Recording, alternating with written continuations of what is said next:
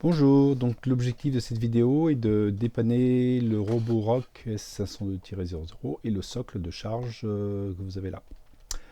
Alors j'ai eu pas mal de petites pannes dessus, donc je voulais faire part de mon expérience sur le dépannage des Roborock. Alors des pannes traditionnelles, bien nettoyer les contacts ici là. Alors il faut savoir qu'on peut mesurer la tension à vide. Donc là, normalement, il fournit une tension de 20 volts, hein, sous un ampère 8 de mémoire. Mais à vide, quand vous mesurez avec le voltmètre, vous devez avoir entre 4 et 5 volts à vide, c'est-à-dire sans le robot. Hein, quand le robot n'est pas en place, hein, l'alimentation ne délivre pas les 20 volts, mais plutôt moi j'ai mesuré 4 volts 2 en tension continue. Polarisé, bien sûr, il y a une borne de plus et une borne de moins. Donc des choses traditionnelles, donc bien nettoyer les contacts ici. Et les contacts que vous avez en dessous, donc là ben, on les voit pas là. Les contacts. Donc là, normalement, les contacts ils sont par là, hein, ici, à ce niveau-là. J'ai pris une photo. Bien nettoyer les capteurs ici, hein, les capteurs optiques, hein, nettoyer aussi là, ça c'est des pannes courantes, dysfonctionnement. Aussi au niveau de la tête, c'est-à-dire ici, la tête, ici il faut nettoyer, ça arrive aussi la panne, nettoyer avec un coton-tige, hein, sans produit, hein, pour nettoyer les deux éléments ici. Il y a un émetteur-récepteur, hein, de mémoire. Euh, voilà. Donc 4 volts 2, 4 volts 2, 4 volts, entre 4 et 5 volts, hein, ça dépendra des modèles. À vide, hein, on n'a pas les 20 volts indiqués, hein, sur le socle de charge, hein, à vide. Donc si vous avez 4 à 5 volts, c'est que votre socle de charge est fonctionnel, hein. Donc moi j'ai démonté, j'ai regardé, parce que j'avais un doute, sachant qu'à vide j'avais pas 20 volts, je pensais avoir 20 volts, mais en fin de compte, tout a bien marché. Alors au niveau de l'outillage pour démonter, donc vous aurez besoin d'un cruciforme traditionnel et d'un petit cruciforme comme ça avec un aimant. Alors ça c'est surtout si vous démontez le socle de charge ici, hein. Moi j'ai tout démonté, parce que je ne savais pas tout où était le problème. Euh, Avec du recul, le problème, je pense, c'était les contacts du robot ici, hein. En dessous, je les ai bien nettoyés à l'alcool, et puis après, je les ai grattés doucement avec un petit couteau, pour les rendre pour décaper un peu plus, hein, parce qu'il y avait des traces de salissure. Voilà. Donc, et puis aussi, c'est l'occasion de démonter puis de nettoyer le robot. Donc le démontage se fait avec un cruciforme. Voilà, vous ôtez les vis, hein. Il y a 7 vis autour, hein, à ce niveau-là, tout autour du socle. Quand vous avez ôté les vis, vous récupérez quelque chose comme ça, voilà. Vous avez ôté la premier endroit. Donc, ce qui peut être bien aussi, c'est de débrancher la batterie, comme ça va réinitialiser totalement le robot s'il y a une plante logicielle. Alors, vous voyez les contacts qui sont ici, hein, donc là bien les décapés, on voit qu'ici il y a de la salissure. Voilà, vous ôtez la roue ici, après vous ôtez les vis là, là, là et là pour ôter cette partie-là, pour bien la nettoyer, puis nettoyer ce qu'il y a en dessous. Voilà au niveau du nettoyage. Ça, c'est la carte électronique du socle de recharge.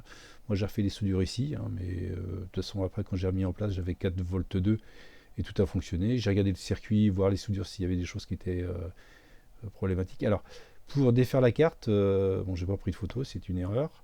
Il faut utiliser le petit cruciforme ici, comme ça. Et puis un aimant, parce qu'en fin de compte, vous n'avez pas tellement de place. Donc l'aimant, il permet quand vous avez aimanté votre tige métallique, il permet de maintenir la vis. Vous avez 3 petites vis, hein, pour sortir la carte. Vous avez aussi des vis au niveau les contacts à ce niveau-là. Donc là, il faut défaire les vis au niveau des contacts ici, là, pour les sortir aussi, hein. Et j'ai refait bon, j'ai tout resserré. Mais le problème venait pas du socle. Alors, il faut savoir que si vous avez cette carte-là, vous pouvez l'acheter. Elle coûte à peu près 20-30 euros sur AliExpress, hein. On peut changer la carte à l'intérieur. Enfin, nous changer toute la carte, hein, c'est-à-dire la partie alimentation et puis la partie émission infrarouge ici, hein, qui permet au robot de détecter le socle de charge. Quoi dire d'autre? Bien nettoyer les capteurs que vous avez sur les côtés, hein, c'est-à-dire ici, là, voilà, bien les nettoyer.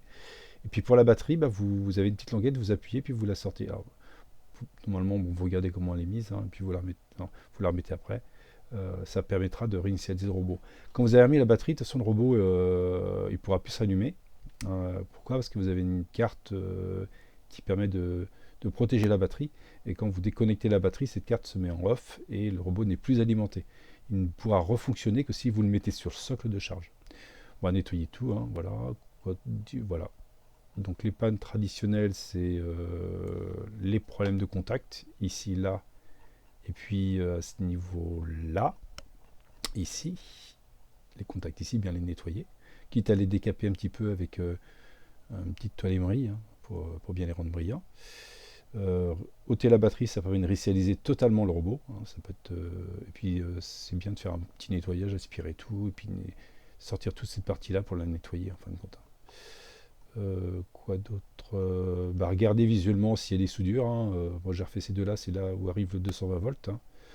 Faites attention parce qu'il y a un condo haute tension, pas haute tension, mais qui est chargé à 400 volts, hein, donc mettez pas les doigts dessus parce que ça va vous chatouiller. Voilà. Ah si, ce que j'ai pas pris, c'est les photos des vis. Alors sous le socle ici, là, ici vous avez une vis là, et sous les tampons plastiques, vous avez aussi deux vis. Vous avez 4 vis à ôter. Ces 4 vis là et les 3 vis qui tiennent la carte électronique sont identiques, hein, donc il n'y a pas de problème. Pour les 7 vis ici, bah, c'est les 7 vis identiques, je crois qu'il y en a 7 de mémoire. Et puis les 4 vis qu'il y a ici, 1, 2 ici, 3, puis l'autre on ne va pas aller là, 4, c'est pareil, 4 vis identiques. Donc voilà, donc si vous n'avez pas 4 volts 4 en sortie ici, et bien à ce moment-là, la carte qui est à l'intérieur, c'est des Z. J'ai regardé si je n'ai pas fait d'erreur. C'est des Z0, 2RR. Voilà, c'est la carte qu'on peut trouver pour changer à l'intérieur. Voilà, ça se fait simplement. Puis vous récupérez les contacts parce que la carte, généralement, elle est fournie sans les contacts ici, donc vous les récupérez là. Donc voilà, donc j'espère que ma petite vidéo aidera des personnes qui ont des soucis avec leur Roborock. Bonne fin de journée, au revoir et à une prochaine vidéo.